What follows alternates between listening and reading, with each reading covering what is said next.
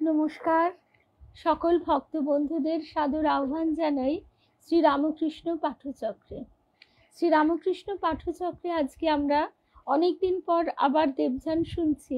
মাঝখানে বিভিন্ন কারণে আমাদের দেবযান শোনায় ছেদ পড়ে গিয়েছিল, সেই জন্যে আজকে আমাদের যদিও রবিবার পাঠচক্র সাধারণভাবে বন্ধই থাকে, তবুও এটাই ঠিক করা হলো যে আজকে যদি আমরা সবাই সকালবেলা একটু সময় বার করতে পারি তাহলে কিছুক্ষণ আমরা দেবযান শুনবো। আর তারপর আজকে বেদান্ত দর্শন ফেসবুক পেজে রাত্রি 8টা থেকে আমরা শুনবো কৃষ্ণ কথা। তো আজকে তাহলে ভক্ত বন্ধুদের জন্য একটু অপেক্ষা করে এক এক করে সবাই আসতে শুরু করেছেন, আর আমরাও শুরু করব। তাহলে আজকের প্রসঙ্গ, পুরনো কথাগুলি একটু মনে করবার চেষ্টা করি।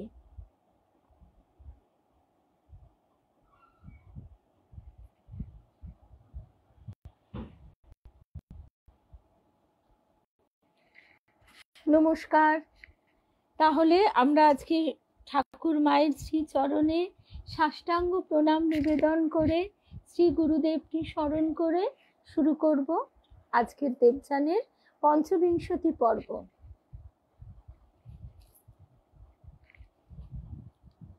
এখানে আমরা দেখছিলাম যে শুভ সকাল চিনুদি। চিনুদি আজকে একেবারে প্রথমেই এসে গেছে। শুভ সকাল। আমরা এখানে যে মানে যতীন, পুষ্প এবং গ্রহদেব বৈশ্রবণ আর করুণা দেবী, এদের মধ্যে যে কথাবার্তা হচ্ছিল সেই কথাগুলি এর আগের সপ্তাহে সেই সোমবার শুনেছিলাম। গ্রহদেব সেখানে বলছেন গম্ভীর মুখে, তাকে ডাকো, তাকে ডাকো, তার কাছে আলো ভিক্ষা চাও, তার কাছে প্রার্থনা করো সর্বদা, পরকে ভালোবাসো। যেখানে প্রেম, ভক্তি, স্নেহ, ক্ষমা, সেখানেই তিনি তাকে বোঝবার শক্তি দেবেন। তার জন্য যে সর্বত্যাগী, তাকে হাত ধরে তিনিই নিয়ে যান। পরের জন্য যে সর্বত্যাগী, তাকে হাত ধরে তিনিই নিয়ে যান। এই মানুষের ধর্ম। শুভ সকাল রুদ্রাক্ষ, লক্ষ্মী সাহা, রূপা, লক্ষ্মী, শুভ সকাল। এই যে মানুষের ধর্ম, আমরা আজকের দিনে আমাদের কাছে এটা রূপকথার গল্পের মতো শোনায়।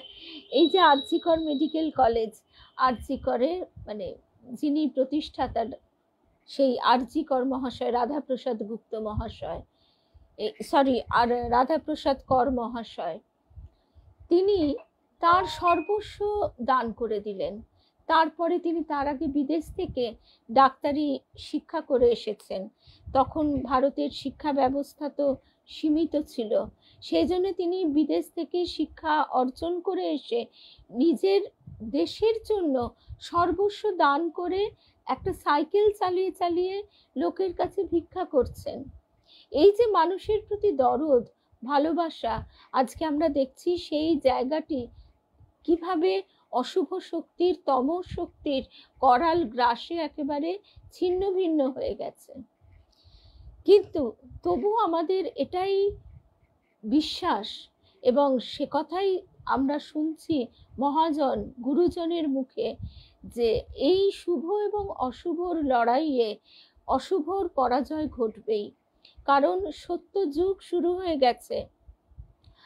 রাধা গোবিন্দ কর, মাথায় রাধাপ্রসাদ গুপ্ত কথাটাই, উনিও একজন অত্যন্ত মানে বাবু কালচার, খারাপ অর্থে নয়, ভালো অর্থে সেই শেষ বাবু বলে তিনি পরিচিত। আর তার যে পাণ্ডিত্য, তার যে জ্ঞান বিদ্যা, সে কথা তো বলবারই অপেক্ষা রাখে না।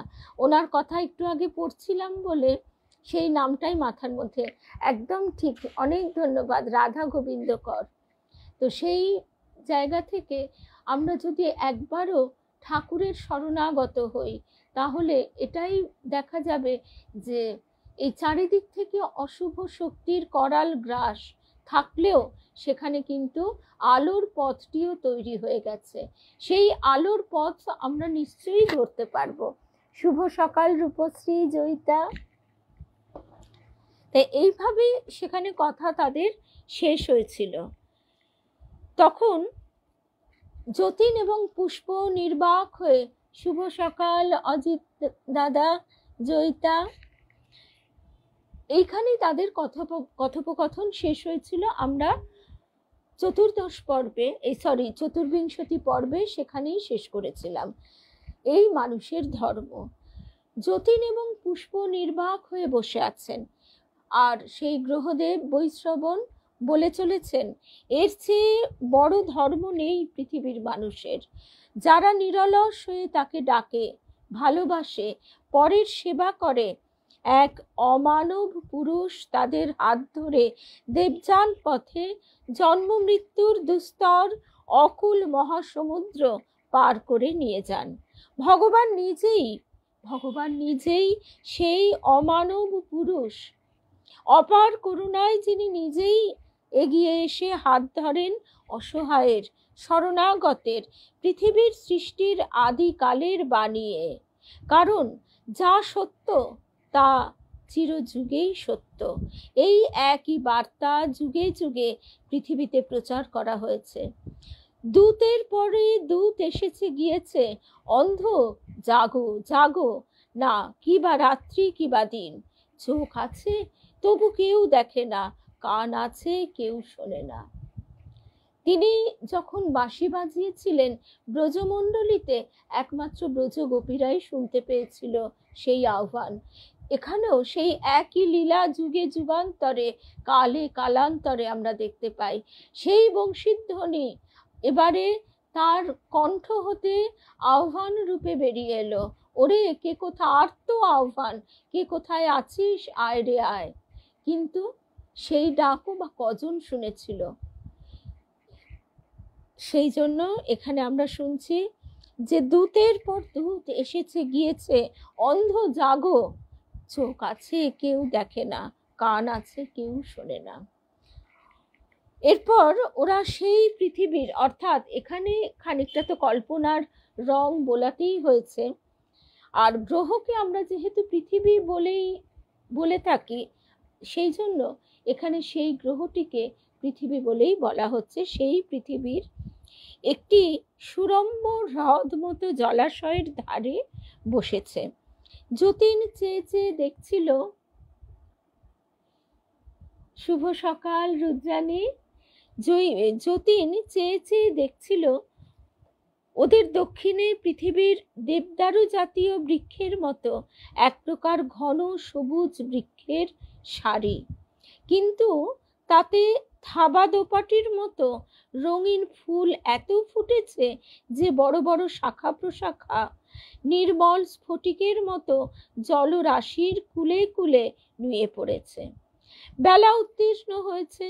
নীল কৃষ্ণ দিগন্ত রেখার দিকে চেয়ে চেয়ে হঠাৎ সে দেখলে বিশাল আকায় এক দশমী কি একাদশীর চন্দ্র উদয় হচ্ছে। অত বড় চন্দ্র আকাশের এক দিক জুড়ে আলোয় আলো করে তুলেছে সারা দিক চক্রবাল। সে অবাক হয়ে বললে, ও কিরকম চাঁদের মতো ওটা অত বড়? করুণা দেবী হেসে বললেন, বৃহস্পতি, ওর জ্যোৎস্না পড়বে এক্ষুনি। পৃথিবীর জ্যোৎস্নার চেয়ে অনেক বেশি জ্যোৎস্না আর অদ্ভুত শোভা। আর একটা ব্যাপার, তোমাদের পৃথিবীর মতো অমাবস্যা এখানে নেই। উপগ্রহের ক্ষুদ্র দেহ অত বড় বৃহস্পতি গ্রহকে ঢাকতে পারে না। হ্যাঁ, এখানে এই জন্যই বললাম যে ঔপন্যাসিককে একটু কল্পনার ছোঁয়া দিতে হয়েছে। এটা আমাদের বুঝতে হবে, এই যে জায়গাগুলির বর্ণনা করা হচ্ছে, এই কারণেই দেবী মায়ের কথা আমারও একটু একটা সময় কিছুটা কল্পনা মিশ্রিত মনে হতো। কারণ এই অবস্থানগুলি যদি আমরা আজকে আমাদের যে সৌরজগৎ, সৌরমণ্ডলী, তার যে বৃহস্পতি গ্রহ, তার একটি উপগ্রহের মধ্যে আমরা খুঁজতে যাই, তাহলে পাবো না। কারণ মানুষ স্থূল দৃষ্টিতে সেইটি মানে আবিষ্কার করেছে যে এর মধ্যে কোনো প্রাণের স্পন্দন নেই। সেই জন্যে এরা গেছে এমন একটা স্তরে। এই স্তর ব্যাপারটা কি সেটা আমাদের বুঝতে গেলে একটা কথা স্থূলভাবেই যদি আমরা চিন্তা করি তাহলে দেখতে পাই, যেমন অনেক পশু আছে, তারা কিন্তু আমাদের মতো রং দেখতে পায় না, তারা পুরো ওয়ার্ল্ডকে দেখে ব্ল্যাক অ্যান্ড হোয়াইট। আবার অনেক পশু পাখি প্রাণী আছে যারা এই জগতে আমাদের থেকে আরো অনেক বেশি রং দেখতে পায়। আমরা যেমন এক্স রে, আল্ট্রাভায়োলেট রে ইত্যাদি দেখতে পাই না, মানে এর মাধ্যমে যে দেখাটা সেটা হয় না, কিন্তু মানুষ সেইগুলি আবিষ্কার করেছে বলে আজকে আমরা এক্স রে ইত্যাদি ইত্যাদি এর গভীরে প্রবেশ করতে পেরেছি। কিন্তু মানুষের সৃষ্ট যন্ত্রেরও তো সীমাবদ্ধতা রয়েছে। সেই জায়গা থেকে আমাদের বুঝতে হবে এইখানে এইটি যেহেতু দেবী মায়ের কথার সঙ্গে আমাদের খুব সাদৃশ্য আছে, সেই জন্য অনুভবে আসে যে এগুলি এক একটা ডাইমেনশন, এক একটা স্তর। এই স্তরে আমরা এই দেহ নিয়ে পৌঁছতে পারবো না। এই কথারই আভাস আমরা পাই ওই স্বামী সুবোধানন্দের কথায়, যে সূর্যলোক, চন্দ্রলোক, নক্ষত্রলোক পার হয়ে এমন জায়গায় পৌঁছলাম যেখানে দেবদেবীদের তিনি দেখতে পাচ্ছেন।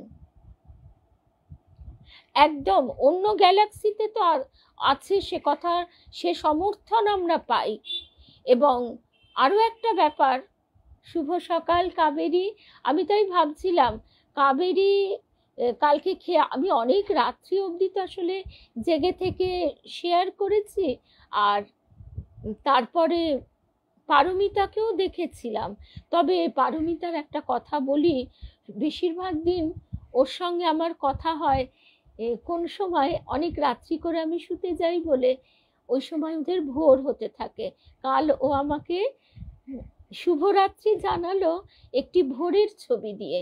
ওর জানলা দিয়ে আকাশ তখন লাল হয়ে উঠছে, আর তখন 1:30 বেজে গেছে, আমি ঘুমোতে যাচ্ছি। আরও একটা কথা, পারমিতার ছেলেটা তো অনেকই ছোট, আমার পুত্রের থেকে 2-2.5 বছরের ছোট। ওর এখন কলেজ, ওদের ওখানে ইউনিভার্সিটি বলে, আর আলাদা করে কলেজ বলে না। ছেলেটার এই শোল্ডার ডিসলোকেট হয়ে গেছে। খুব খেলতে ভালোবাসে, খেলেও, আর ওদের ওখানে খেলাধুলোর খুব চর্চা। সেই কারণে বেচারা থাকে একা, মানে হস্টেলে নয়, ওই নিজেরা 3 জন বন্ধু মিলে একটা ফ্ল্যাটে আর কি, অ্যাপার্টমেন্ট শেয়ার করে থাকে। তো নিজে হাতে সব কিছু করতে হয়। ওর একটা অ্যাটাচড টয়লেট উইথ আছে, সেইখানে ওর আলাদা রুম সেপারেট, সেখানে নিজেকেই সব কিছু যা খাবে। তাই মায়ের প্রাণ তো বাধা মানে না। যতই মায়ের প্রাণ বোঝাক না কেন, মন বোঝাক না কেন, ওই যে প্রাণ তো সেটা শুনতে চায় না। সেই প্রাণের আকুলতা নিয়ে কাল যখন ও বলছিল, সকলকে বলবো যে ওর পুত্রের জন্য একটু একটু যেন আমরা সবাই ঠাকুর মায়ের কাছে প্রার্থনা করি। এই অবস্থাটা কাটিয়ে ওঠার শক্তি ওরা সবাই যেন পায়। মা বাবার বুকে কোথায় ব্যথা বাজে সে কথা তো আর বলে দিতে হয় না। আর সবচেয়ে ভালো লাগে এটাই, এখানে রাত গভীর হচ্ছে আর ওখানে সূর্য উঠছে। রবীন্দ্রনাথের লিপিকা কাব্যগ্রন্থে অপূর্ব এইরকম একটি প্রসঙ্গ আছে, যে এখানে জীবনের কোলাহল শুরু হচ্ছে, আর ওদিকে আস্তে আস্তে পৃথিবী ঘুমিয়ে পড়ছে, নিস্তব্ধ হচ্ছে। এদিকের আলো ওদিকের অন্ধকারকে চুম্বন করছে। তো এই যে রুদ্রাক্ষ যে কথাটি বলছিলে, যে এই ডাইমেনশনটুকু আমাদের বুঝতে হয়। যেমন আমরা জ্ঞানগঞ্জের কথা শুনেছি, জ্ঞানগঞ্জের প্রসঙ্গটি আমার তো বিস্তারিত জানা নেই, যতটুকু জানা আছে ততটুকুই একদিন আমরা চেষ্টা করব এই পাঠচক্রে সবাই মিলে শোনবার। কারণ দেবী মায়ের কাছে যেমন আভাস পেয়েছি, স্বামী শুভদানন্দজি মহারাজ তিনিও বলছেন সেখানে দেবদেবীদের তিনি দেখছেন, মুক্তোর মতো তাদের হাসি, তাদের গা, অর্ধস্বচ্ছ তাদের দেহ। এবং চন্দ্রমণি মা তিনিও কিন্তু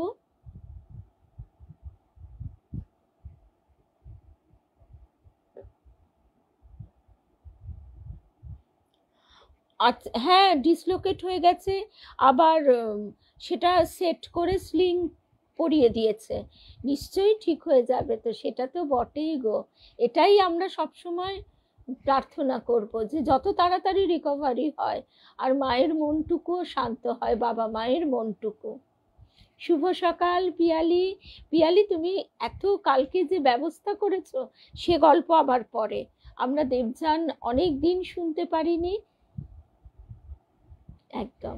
তা এই প্রসঙ্গগুলি থেকে এটাই আমাদের বুঝতে হবে যে আমাদের স্থূল দর্শন ভীষণ সীমিত, সুতরাং সেই সীমিত মানে ওয়ার্ল্ডের বাইরে, সেই সীমিত জগতের বাইরে যে অনন্ত জগৎ, অনন্ত ভাব, সেইটি আমরা কিন্তু ধারণা করতে পারি না। সেই জন্যেই আর কল্পনা, কল্পনা সত্যি আজকে বিভূতিভূষণ বন্দ্যোপাধ্যায়ের চাঁদের পাহাড় যারা পড়েছেন তারাই অবাক হয়ে সেই শঙ্করের সঙ্গে নিজেকে একটা না একটা সময় মিলিয়ে দেখতে বাধ্য হয়েছিলেন। কারণ ওইভাবে সেই যুগে, তখন না আছে ইন্টারনেট, না আছে কিছু, এইভাবে একটা মানুষ যে হুবহু মানে কল্পনা করতে পারে সেটাও আশ্চর্য।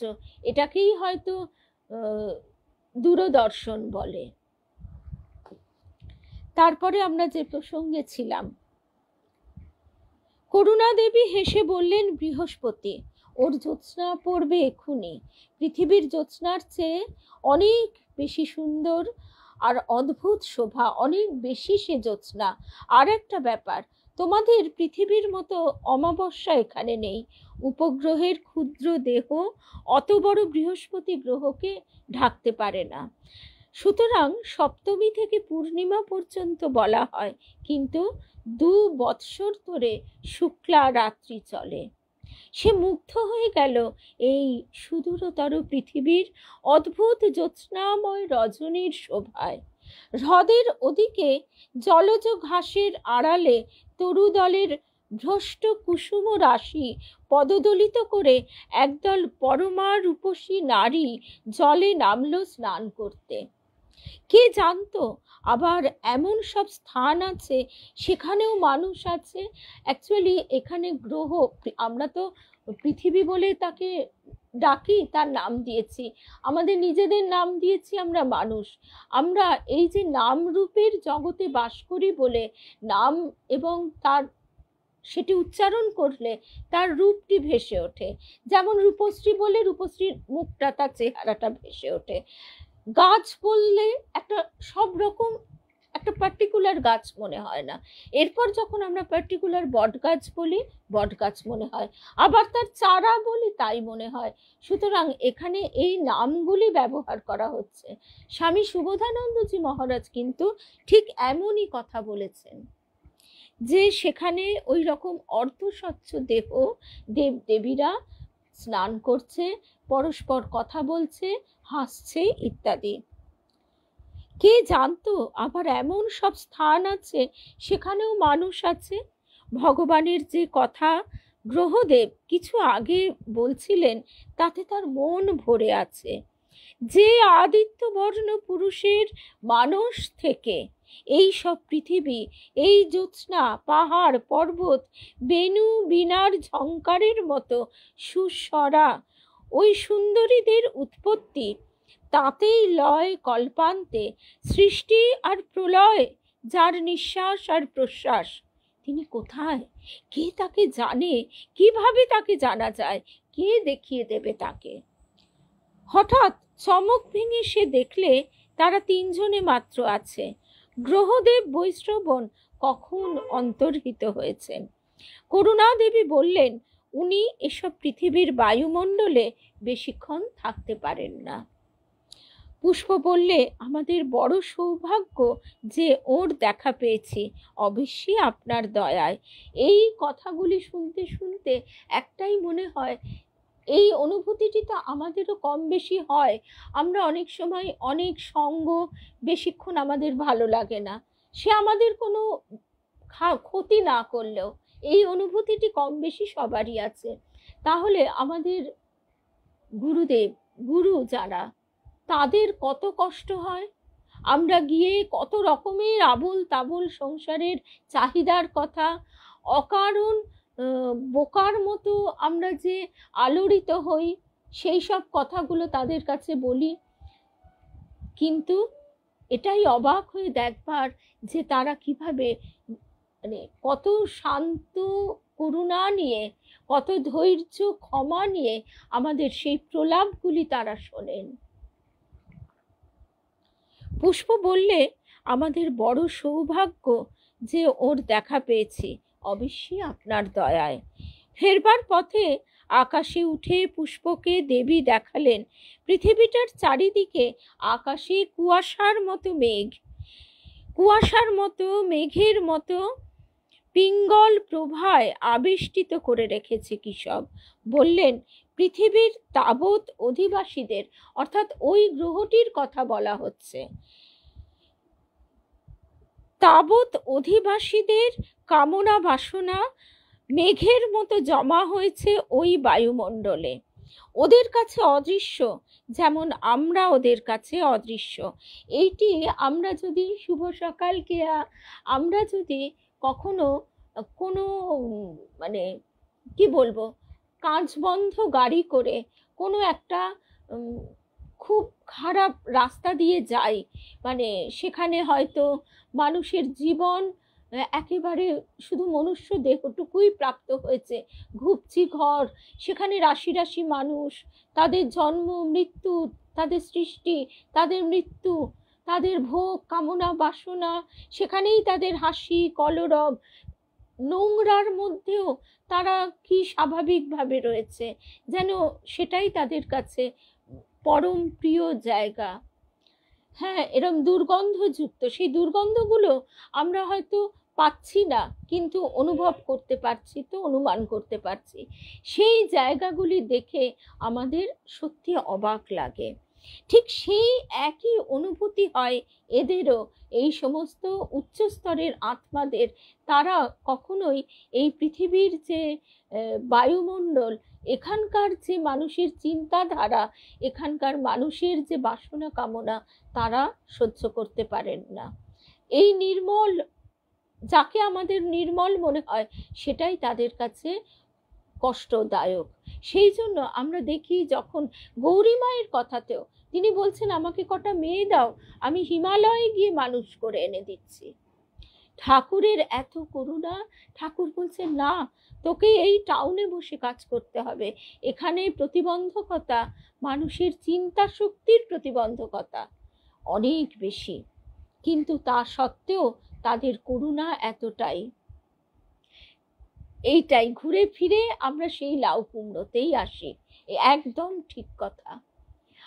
আমরা বেশিক্ষণ ঈশ্বরীয় প্রসঙ্গও কিন্তু ধরে রাখতে পারি না।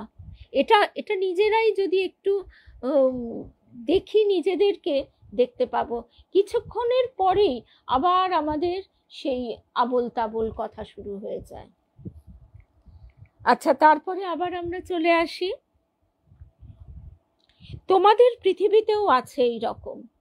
করুণা দেবী বলছেন, তোমাদের পৃথিবীতেও আছে এই রকম, এর চেয়েও বেশি। এই সব ঠেলে আমাদের যাতায়াত বড় কষ্টকর। তোমাদের পৃথিবীর শহরগুলোতে তো আরো বেশি টাকার নেশা, সুরার নেশা, রূপের নেশা। কি অদ্ভুতভাবে বিভূতিভূষণ বন্দ্যোপাধ্যায় যে লিখছেন, ভাবলে অবাক হয়ে যেতে হয়। টাকার নেশা, সুরার নেশা, রূপের নেশা, ওর আকাশ ধূসর বাষ্পে ছেয়ে রেখেছে, তাতে বিষ আছে। আমাদের পক্ষে সে ঠেলে যাওয়া কত কষ্ট।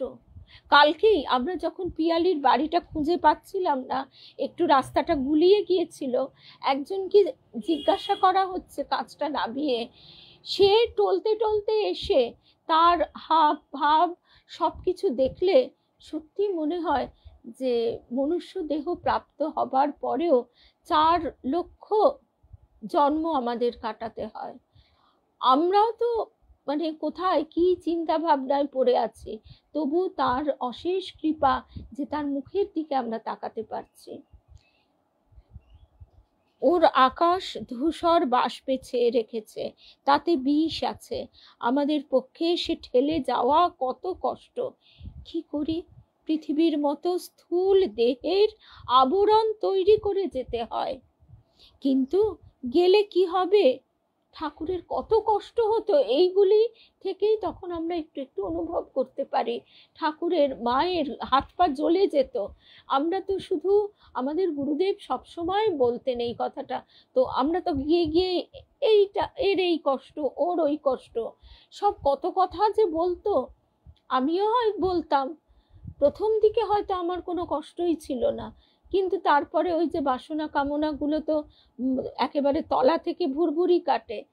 তো তখন গুরুদেব বলতেন, তোমরা নিজেদের এই সব নিয়ে এত বিচলিত হও, ঠাকুরের কত কষ্ট সেটা একবার ভেবে দেখো না। মা বলতেন তার হাত পা জ্বলে যাচ্ছে কেউ প্রণাম করলে। ঠাকুরের কল্পতরুর দিন নিয়ে আমরা এত হই হই করি, কিন্তু সেই দিন যে তার কি কষ্ট হয়েছিল, ওপরে গিয়ে বিছের কামড়ের মতন তার সর্বাঙ্গ জ্বলে যাচ্ছিল, সেই জ্বালা জ্বালা গঙ্গা জল ভরা ছিল, সেইটি ঢালতে ঢালতে তবে একটু একটু গলায় ওইভাবে এই ওই ভাগবতী তনু, সে কখনো ওই রকম ব্যাধিকে আশ্রয় দিয়েছে বলেই না সেই ব্যাধি ওইভাবে সেখানে বিস্তার করেছে, শুধু জগৎকে শিক্ষা দেবার জন্যে যে দেহের উপর দিয়ে যাই হোক, মন তুই আনন্দে থাক। আমাদের গেলে কি হবে? দেহে স্থূল দেহের আবরণ তৈরি করে যেতে হয়, কিন্তু গেলে কি হবে? আমাদেরও পর্যন্ত বুদ্ধি আচ্ছন্ন করে ফেলে, ভালোভাবে কিছু দেখতে পাইনে, নিজের স্বরূপ আবৃত করে গিয়েও কিছু করতে পারিনে। এখন মানে আমরা এই করুণা দেবী একটা প্রতীক মাত্র। যেমন দুর্গা মা, তিনি নিজে মুখে বলছেন যে তিনি এর আগে 6বার এসেছিলেন। দুর্গা মায়ের প্রচণ্ড ডায়াবেটিস ছিল, ডায়াবেটিসের কষ্ট তিনি ভোগ করেছেন। তারপর তিনি একটু মোটাও ছিলেন, যে কারণে তার কম কষ্ট হতো, দেহের কষ্ট। তারপরে কি বলে, গৌরী মাকে যখন ঠাকুর এই দায়িত্ব দিয়েছিলেন, তখন গৌরী মা শ্রী শ্রী মায়ের কাছে বলেছিলেন, মা গো, এ তো আমি একটা সাহায্য কেউ না করলে আমি তো একা পারবো নি। তখন শ্রী শ্রী মা চুপ করে মৃদু স্মিত হাসিতে সেইটিকে সায় দিয়েছিলেন। তারপরেই কিন্তু দুর্গা মায়ের জন্ম হয়। এবং দুর্গা মায়ের জীবনের কথা আমরা পড়েছি, শুনেছি। দুর্গা মায়ের জীবন কোনো সাধারণ মানুষের জীবন তো নয়, এবং দুর্গা মা তিনি সত্যিই দুর্গারই অংশ ছিলেন।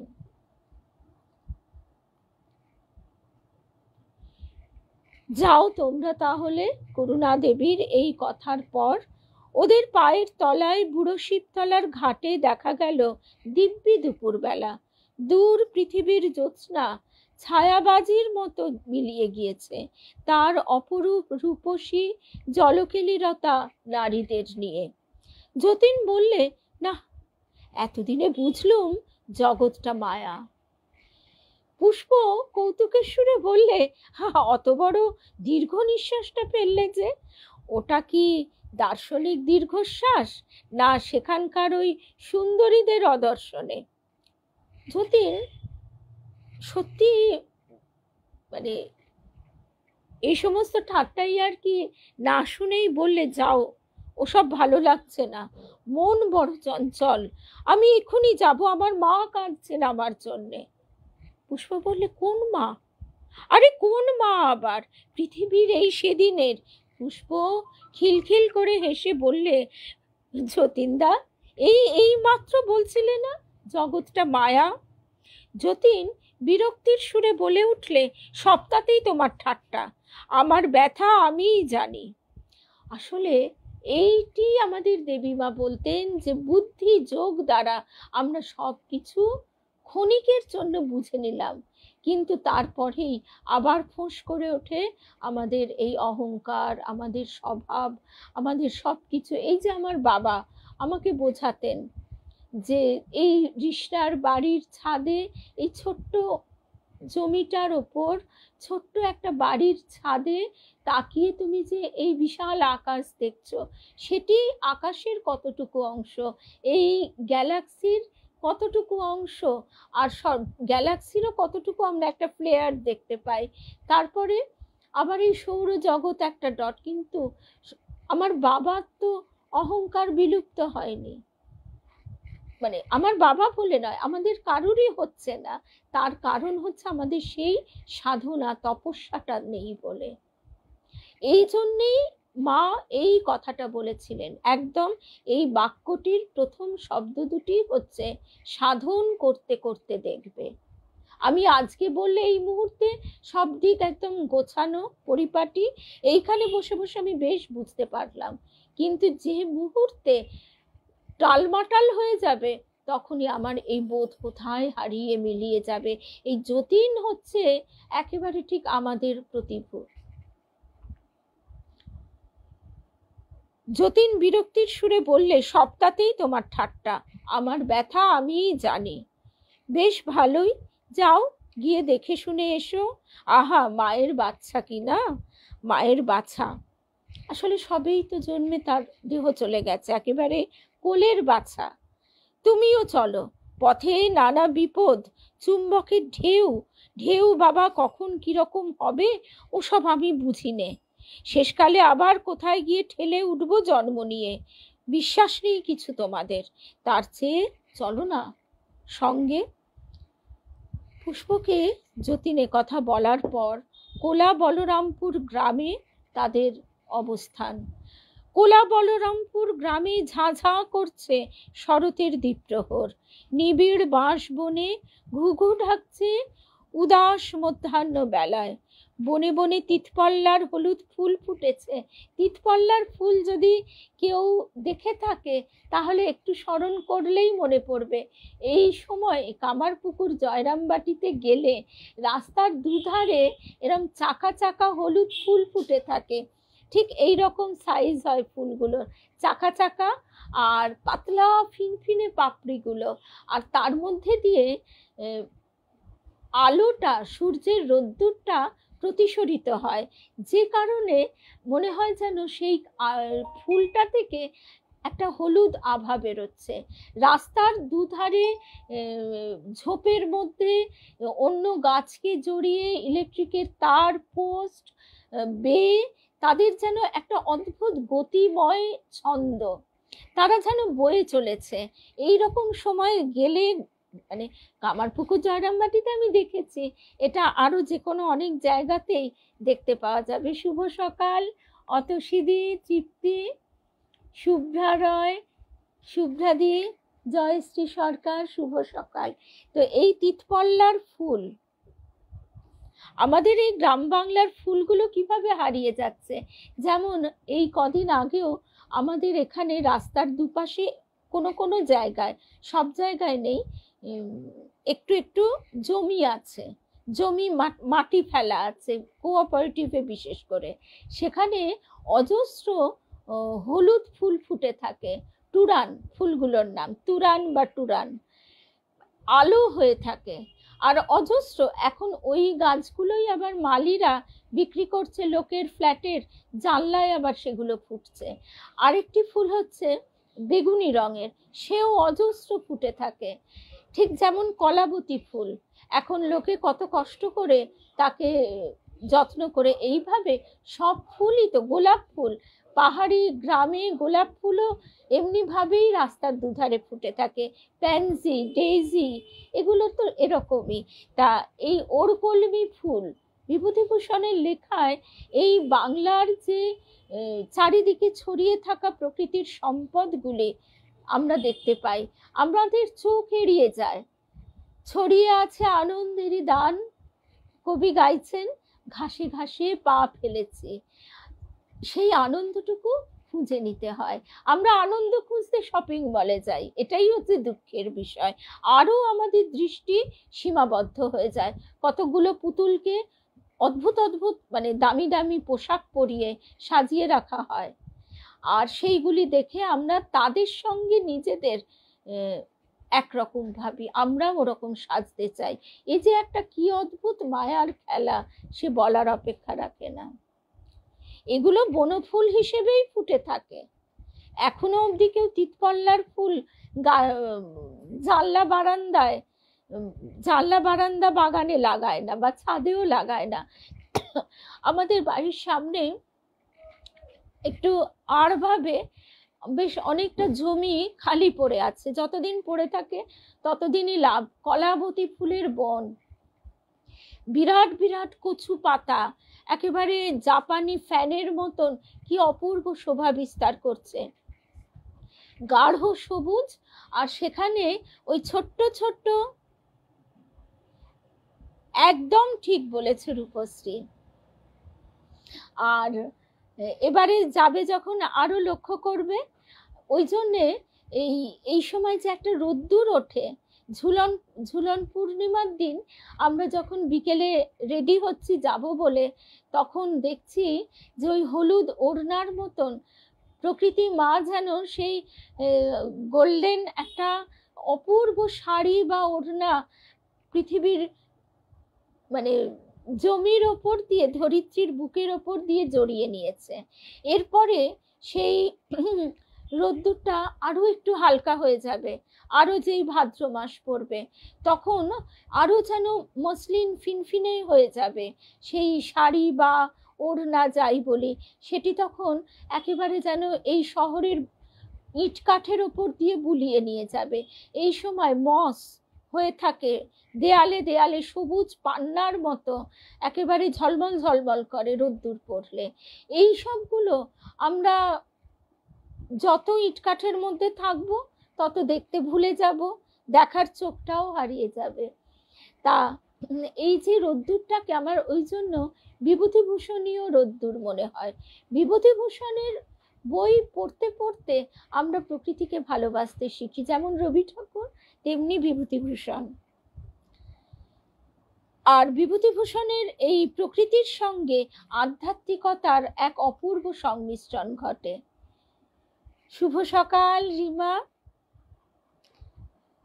তা এই কোলা বলরামপুর গ্রামে ঝাঁঝাঁ করছে শরতের দ্বীপ্রহর, নিবিড় বাঁশবনে ঘুঘু ডাকছে উদাস মধ্যাহ্ন বেলায়, বনে বনে তিতপল্লার হলুদ ফুল ফুটেছে। যতীন অনেকদিন পরে বাংলার শরতের এই সুপরিচিত দৃশ্যগুলি দেখলে, ওই যেটা আরেকটা বলতে গিয়ে ভুলে গেলাম, ওই যে সবুজ যে জায়গাটা আমাদের দেখা যায় বারান্দা থেকে, ওখানে এই হলুদ রঙের মহাভৃঙ্গরাজ ফুল বিছিয়ে ফুটে থাকে। মহাভৃঙ্গরাজ ফুলও অনেকটা সূর্যমুখী বা ডেইজির একেবারে ক্ষুদ্র সংস্করণ। কি অপূর্ব ভাবে যে সূর্যের দিকে চেয়ে থাকে, আমরাও যদি কাছে গিয়ে দেখি আমাদের দিকেও তাকিয়ে হাসে। বাঁশ ছাড়ে সোনার সরকির মতো নতুন বাঁশের চারা ঠেলে উঠেছে। বাঁশঝাড়ে সোনার সরকির মতো নতুন বাঁশের চারা ঠেলে উঠেছে। বনশিম তলায়, বনশিম মানে শিম গাছে, শিমে তো দানা হয়, লোকে ফেলেছে, আপনি সে গজিয়েছে। বনশিম তলায় বেগুনি ফুল ফুটে ঝোপের মাথা আলো করছে। বর্ষার শেষে জল মরে যাচ্ছে ডোবায়, পুকুরে, নদীতে। তীরের টাটকা কাদায় সাদা বক গেঁড়ি গুগলি খুঁজে বেড়াচ্ছে। জলের ধারেই কাশফুলের ঝাড় থেকে হাওয়ায় কাশফুলের সাদা তুলোর মতো পাপড়ি উঠছে। যতীন বললে, কি চমৎকার পুষ্প, কি অপূর্ব শোভা, বাংলার সব পাড়াগাঁয়েই এমন। মন খারাপ হয়ে গেল। এর সঙ্গে জীবনের কত স্মৃতি জড়ানো। এই স্মৃতি হচ্ছে আমাদের আকর্ষণের সূত্রটি। এই জন্য আমাদের গুরুদেব বলছেন, আমার সব স্মৃতি ভুলিয়ে দাও, শুধু তোমার দিকে যাওয়ার স্মৃতি, শুধু তোমার স্মৃতি আমার মন জুড়ে থাকুক, এইটি প্রার্থনা। স্বামী প্রেমেশানন্দজি মহারাজেরও ওই কথাটি, পূর্বের পুরনো সুখ দুঃখ সব ভুলে যাও, যোগ দাও শ্রী রামকৃষ্ণ মধুর লীলায়। আর আমরা এই আদান প্রদানগুলো যত বাড়াতে থাকবো, যত সেগুলি নিয়ে ভাবতে থাকবো, ততই তো আমাদের মনটা আচ্ছন্ন হয়ে থাকবে এইসব চিন্তায়। যতীন বলছে তারপরে, এর সঙ্গে জীবনের কত স্মৃতি জড়ানো। ছেলেবেলায় এমনি শরতে পুজোর ছুটিতে স্কুল বোর্ডিং থেকে বাড়ি আসতো। দেখো দেখো, এই গেরস্তের বাড়িটিতে কি শিউলি ফুলটা তলায় পড়ে রয়েছে, আহা দেখো। পুষ্প বললে, দুপুরের রোদে এখনো শুকোয়নি, ঘন ছায়া কিনা। আর সত্যি কথা, শিউলি তলার যে কি মাধুর্য, এ তো আজকালকার বাচ্চাগুলো সত্যিই দেখতে পায় না। সত্যি তারা কত সম্পদে যে বঞ্চিত হয়ে, কত যে স্থূল জিনিসের পিছনে বেচারারা ছোটে, এটা দেখলে বড় কষ্ট হয়, বড় কষ্ট হয়। তখন আমার পুত্র এই 7, 8,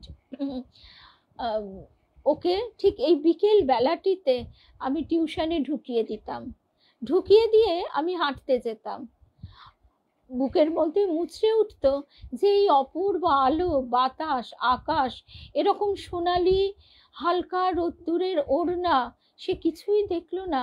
আমাদের এই জায়গাটা নাম তো পঞ্চশায়র, 5টা বড় বড় দিঘি আছে, আরো অনেক পুকুর আছে, সেইগুলি আরো দুটো চারটে পুকুর একটু এদিক ওদিক গেলেই দেখা যায়।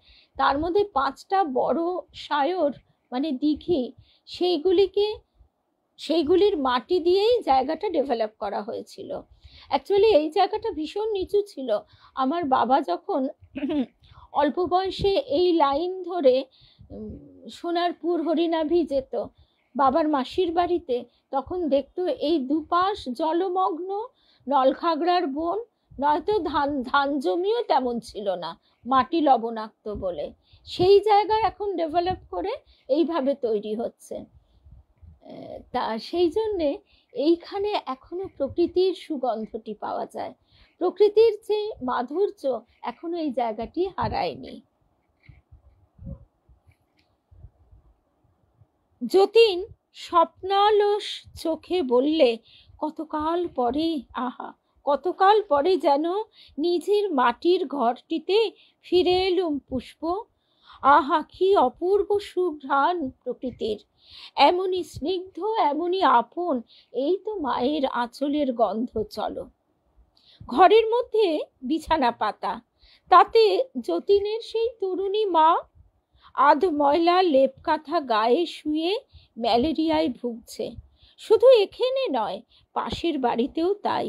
জানলার কাছে ছোট তক্তপোষে আরো একটি বউ শুয়ে জ্বরে এপাশ ওপাশ করছে। তার পাশে দুটি ছোট ছোট ছেলে জ্বরে তারাও ধুঁকছে।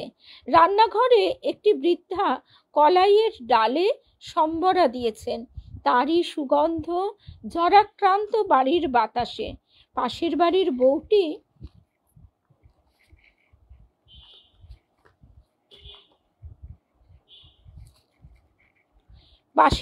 বউটি চিঁচি করে বলছে, একটু জল দিয়ে যাও না পিসিমা।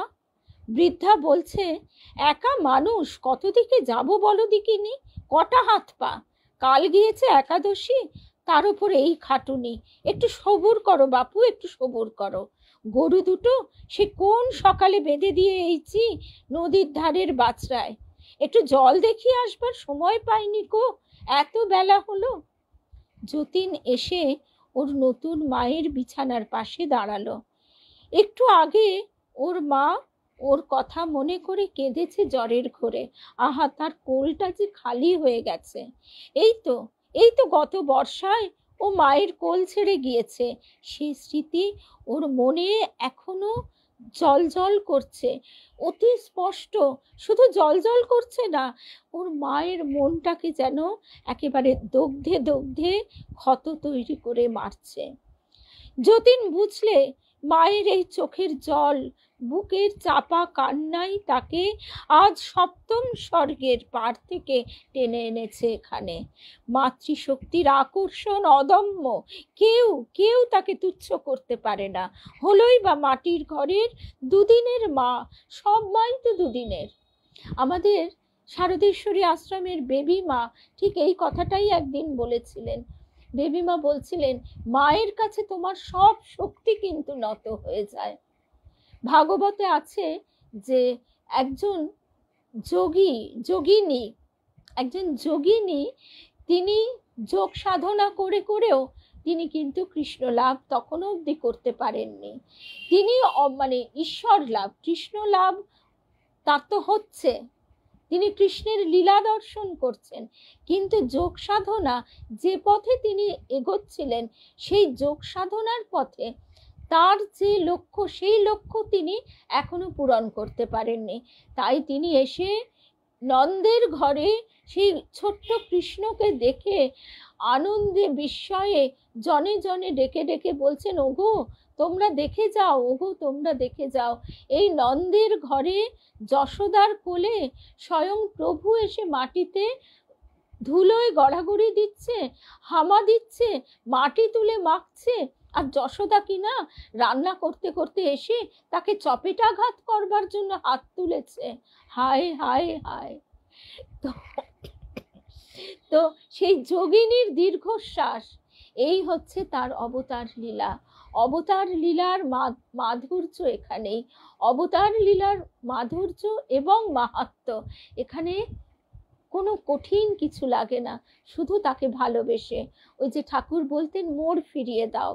আমাদের এই আজ্ঞা চক্র, এখান থেকে শক্তি যদি নিম্নমুখী হয় তাহলে তা এই আবেগের দ্বারা জগৎকে জড়িয়ে ধরে, আর যখন তা ঊর্ধ্বমুখী হয় তখনই তা ভক্তিতে পর্যবসিত হয়। যতীন এই সমস্ত কিছু দেখে একেবারে আবেগে জর্জরিত হয়ে পড়েছে। যতীন এসে ওর নতুন মায়ের বিছানার পাশে দাঁড়ালো। যতীন বুঝলে মায়ের এই চোখের জল, বুকের চাপা কান্নাই তাকে আজ সপ্তম স্বর্গের পার থেকে টেনে এনেছে এখানে। মাতৃশক্তির আকর্ষণ অদম্য, কেউ তাকে তুচ্ছ করতে পারে না। হলোই বা মাটির ঘরের দুদিনের মা। পুষ্প বললে, যা ভাবছো তা নয় যতীনদা, মায়া বলে উড়িয়ে দিতে চেও না পৃথিবীকে, পৃথিবীর স্নেহ ভালোবাসাকে। তোমার সাধ্যি কি এই মাতৃশক্তিকে অবহেলা করে? নিজের নিজের জায়গায় কারও শক্তি কম নয়। স্বামীজি বলেছিলেন, মা তুমি অনেক শিব পূজা করেছিলে বলে একে পেয়েছো, আরো শিব পূজা করো, আরো বিবেকানন্দ পাবে। আমরা স্বামীজির সেই সময়কার অ্যাচিভমেন্ট বোধহয় ঠিক ঠিক বুঝতে পারি না, কেননা সেই যুগটা আমাদের কল্পনা শক্তির সেই সূক্ষ্মতা, সেই সংবেদনশীলতা যদি না থাকে তাহলে বোঝা সম্ভব নয়। আবার শ্রী শ্রী মাও কিন্তু একই কথা বলেছেন। শ্রী মাও বলেছেন তার মায়ের কথা, তার বাবার কথা। ঠাকুরও বলেছেন, ঠাকুরের মা যখন দেহ ছেড়ে চলে যাচ্ছেন, তুমি কে গো মা? মায়ের পায়ে প্রণাম করে বলছেন যে একে তুমি গর্ভে ধারণ করেছিলে। সেই মায়ের জন্য তিনি গোপনে তোতাপুরীজির কাছে সন্ন্যাস গ্রহণ করেছিলেন, মায়ের মনে ব্যথা দেবেন না বলে। এবং মানে চন্দ্রমণি মায়ের কিন্তু শেষ বয়সে একটু মানে মস্তিষ্ক গন্ডগোল হতো। অ্যাকচুয়ালি ওই সোডিয়াম পটাশিয়াম নিয়ে এখন একটা বাচ্চাও জেনে গেছে, কিন্তু তখন এই সবগুলোর তো ঠিক সুচিকিৎসা হতো না, ওই মানুষ ওর মধ্যে দিয়েই চলতো। তা সেই সব সময়গুলিকে ঠাকুর কত যত্নের সঙ্গে, স্নেহের সঙ্গে ট্যাকল করতেন। তো এবার আবার আমরা ফিরে আসি যতীনের সঙ্গে কোলা বলরামপুর গ্রামে। যতীন কৃত্রিম রাগের সুরে বলল, উফ, এখন যদি ওই সমাধিবাজ সন্ন্যাসীটার দেখা পেতাম, বুঝিয়ে দিতাম তাকে। মহাপুরুষদের নামে অমন বলুন আছি, তিনি যে ভূমিতে উঠে জগৎকে মায়া দেখেছেন, তোমার সে জ্ঞান কোথায়? শ্রেয়ান, শুভ সকাল। তোমার সে জ্ঞান কোথায়? সেই জন্য ঠাকুর তো বলছেন বিশিষ্টাদ্বৈতবাদ, অর্থাৎ তুমি শুধু শ্বাস নেবে হয় না, বেলের পুরোটাই ওজন করতে হবে, তার খোলা, তার বিচি, তার আঠা। আমার পায়ে কাঁটা বিঁধছে, আমি আহা করে উঠছি আর বলছি জগৎটা মায়া, এটা হয় না। পুষ্পের মুখে সেই কথাই, যে তোমার সে জ্ঞান কোথায়, যে অবস্থা যার, তাই তার কাছে সত্যি আর সহজ। তোমার কাছে এই সত্যি, কারণ কি? কারণ বদ্ধ জীব তুমি। তাহলেই পুষ্প জগৎটাকে কতকটা ভেলকির মতো লাগছে না? বদ্ধ জীব বলে গালাগালি তো দিচ্ছ, যতীন বললে। আবার তোমার বোঝবার ভুল। যাক, ওসব বড় বড় কথা, তিনি যখন বোঝাবেন তখন বুঝো। এটা আমাদের ক্ষেত্রেও প্রযোজ্য। আমরা নিজেরাই ঠিক ঠিক বুঝলাম না, আমরা অনেক সময় পরিবারের কাউকে বা আরো 5 জনকে, বন্ধু বান্ধব জ্ঞান দিতে চাই। প্রিয়জনের জন্য অনেক সময় আমরা দুঃখও পাই, কিন্তু সেক্ষেত্রে একমাত্র ঠাকুর মায়ের কাছে প্রার্থনা, তারা যদি আকর্ষণ করেন, তারা যদি বুঝিয়ে দেন, অনুভূতি দেন, তাহলে সেটাই হয় ঠিক ঠিক। আমরা বোঝাতে গেলে সে ঠিক হয় না, আমরা ঠেলে দিলে সামনে গিয়ে হয়তো পা পিছলে গেল কাদায়, কাঁটা বনে আটকে গেল। কিন্তু তিনি যখন আকর্ষণ করেন, সব বাধা অপসারিত করে আকর্ষণ করে নেন। তাই প্রিয়জনের জন্য প্রার্থনাই হচ্ছে সর্বশ্রেষ্ঠ ভালোবাসা। তিনি যখন বোঝাবেন তখন বুঝো। এখন চলো তো, তোমার মায়ের সেবা করো। আমি যাই পাশের বাড়ির বউটির কাছে, জ্বরের ঘোরে আহা বমি করছে, ওই শোনো। তার উপর বাড়িতে তো দেখছি এক খানদানি পিশাশুড়ি, সে ছাড়া তো মুখে জল দেবারও কেউ নেই। যতীন বসে মায়ের মাথায় হাত বুলিয়ে দিতে দিতে ঘরের চারিদিকে চেয়ে চেয়ে দেখতে লাগলো। অতি দরিদ্রের ঘরকন্যা, ময়লা কাঁথা, ছেঁড়া মাদুর আর মাটির হাঁড়িকুড়ির গেরস্থালি। খানিক আগে পাশের ঘরের মেঝেতে কে বুঝি পান্তা ভাত খেয়ে এঁটো থালা বাসন ফেলে রেখেছে। একটা বিড়াল ছানা থালার আশেপাশে ঘুরঘুর করছে। হয়তো তার মা জ্বর আসবার আগে ওই পান্তা ভাত কটাই খেয়ে থাকবেন। গরিবের ঘরে জ্বরের উপযুক্ত পথ্য জোটেনি। কেন কেন তাকে পুষ্প নিয়ে গেল এখান থেকে? এই ঘরে মায়ের কোলটি জুড়ে তো সে বেশ থাকতো। তারপর একদিন সুখে দুঃখে বড় হয়ে উঠত, ভালো চাকরি করে এই দরিদ্রের ঘরণী মাটির সেবা করত, ভাঙা বাড়ি সারাতো। সে তো বাপকে দেখেনি। আহা, মাকে ভালো ভালো শাড়ি, কানের দুল, হাতের বালা, চুড়ি কিনে দিত। ম্যালেরিয়ার সময় এখান থেকে নিয়ে যেত দেওঘর, মধুপুরে। ওইখানে সজনে তলায় বড় রান্নাঘর তৈরি করে দিত। সানাই বাজনার মধ্যে একদিন বিয়ে করে বউ এনে মায়ের বুকে সুখের ঢেউ তুলত। নানা দিক দিয়ে মায়ের শত শত স্বাদ সে পূর্ণ করে দিত। আজ আজ এই যে অসহায়া অশিক্ষিতা পল্লী বধূটি, তার মা জ্বরের ঘোরে তাকেই স্মরণ করে কিছুক্ষণ আগেও কেঁদেছে। কি অপূর্ব স্নেহের অমৃতই ওর বুকে জমা রয়েছে তার জন্যে। এর জন্যে তার মন পিপাসিত। কি হলো, কি হলো তার স্বর্গে গিয়ে? আর আর আর স্বর্গে পালাচ্ছি না। সেই সমাধিবাজ সন্ন্যাসীটির কথা মনে পড়লেই গাটা জ্বলে ওঠে। এই সময় ডাকপিয়ন বাইরের উঠোনে এসে দাঁড়িয়ে বললে, মানি অর্ডার আছে। বাড়িতে আর কেউ নেই। যতীনের মা ধর্মর করে উঠে বললে, ও শৈল, কোথা গেলি মা? মাগো, আমার সবাই মিলে একেবারে খেলে, বাড়িতে যদি কেউ থাকতো। ও শৈল, কোথা গেলি? রোগিণীর আহ্বানে কোথা থেকে 8-10 বছরের একটি 8-10 বছরের একটি বালিকা ছুটতে ছুটতে এসে বললে, কি কাকিমা, কি হয়েছে? আমার মাথা হয়েছে আর মুন্ডু হয়েছে। দুপুরবেলা কোথায় যায় সব? বাড়িতে কেউ নেই নাকি? মানি অর্ডার এসেছে? নে যা নেই পিয়নের কাছ থেকে। আমার এমন জ্বর হয়েছে, মাথা তুলতে পারছি নে। শৈল কোথায়? দিদি তো তাস খেলতে গেছে পাঁচুদের বাড়ি কাকিমা। তখন সে ছোট মেয়েটি মানি অর্ডারের ফর্মখানা হাতে নিয়ে আবার ঘরে ঢুকলো। ঘরে ঢোকার পর ওর কাকিমা বললে, ক টাকা? ঘাড় নেড়ে সে বললে সে জানে না। তখন বাইরে থেকে পিয়ন চেঁচিয়ে বললে, 7 টাকা মা ঠাকরুন, সইটা করে দেন।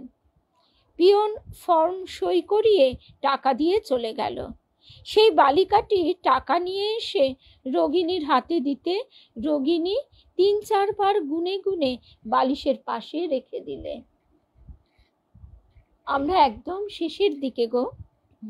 যেভাবে বউটি আদরে যত্নে সতর্কতার সঙ্গে টাকাটি তুললে এবং বারবার করে গুনলে, তাতেই যতীনের মনে হলো এই দরিদ্র সংসারে গৃহলক্ষ্মীর কাছে ওই 7টি টাকা 7টি মোহর। সে যদি বড় হয়ে মায়ের হাতে থলি ভর্তি টাকা এনে দিতে পারত। আজ সত্যি তার মনে হলো পুষ্প তাকে যতই টানুক উচ্চ স্বর্গের উপযুক্ত সে নয়। মাটির পৃথিবী তাকে স্নেহময়ী মায়ের মতো আঁকড়ে ধরে রাখতে চায় শত বন্ধনে। তার মনে অনুভূতি জাগায় এই সংসারের ছোটখাটো সুখ দুঃখ, আশাহত অসহায় নরনারীর ব্যথা। তার এই মাকে একলা ফেলে আশালতাকে নিষ্ঠুর ভাগ্যের হাতে সঁপে দিয়ে সে কোন স্বর্গে গিয়ে সুখ পাবে? আজকে এই অবধি শুনলাম। এরপরে যতীনের মনের আরো আরো কথা আমরা শুনবো বিভূতিভূষণ বন্দ্যোপাধ্যায়ের কাছে, এবং তার সঙ্গে শুনবো যে এই আকর্ষণকে আমরা কাটাতে পারি না বটে, এই আকর্ষণকে আমরা মিথ্যেও বলতে পারি না। কারণ কি? কারণ আমাদের যার যতটা বিকাশ ঘটেছে সে সেইখানেই থাকে, সেই সীমাবদ্ধতায়, তার কাছে সেটাই সত্যি। কিন্তু মানুষই পারে তার উচ্চ অবস্থার কথা চিন্তা করতে, সেই দিকে এগিয়ে যেতে, লক্ষ্য স্থির করতে। তাহলে আজকে আমরা এই অবধি শুনলাম। আগামীকাল সোমবার, আগামীকালও সন্ধ্যের পাঠচক্র আমাদের হবে না, তবে আশা করছি ফিরে আসতে পারবো। 9টার দেবযান আমরা শুনতে পাবো। আর তারপর সকালবেলা আমরা নমি কলুষহরণে দিব্যত্রয়ীর পদপ্রান্তে আমরা যে প্রসঙ্গ শুনি, আমার গুরুদেবের কথা, শ্রী রামকৃষ্ণময় যে আমাদের গুরুদেব, তার কিছু কিছু কথা, কিভাবে নিজেকে গঠন করব, সেই সব প্রসঙ্গ আমরা ঠিক আগামীকালও এইরকম 10টা থেকে 11টা শুনব। জয় রামকৃষ্ণ, জয় রামকৃষ্ণ।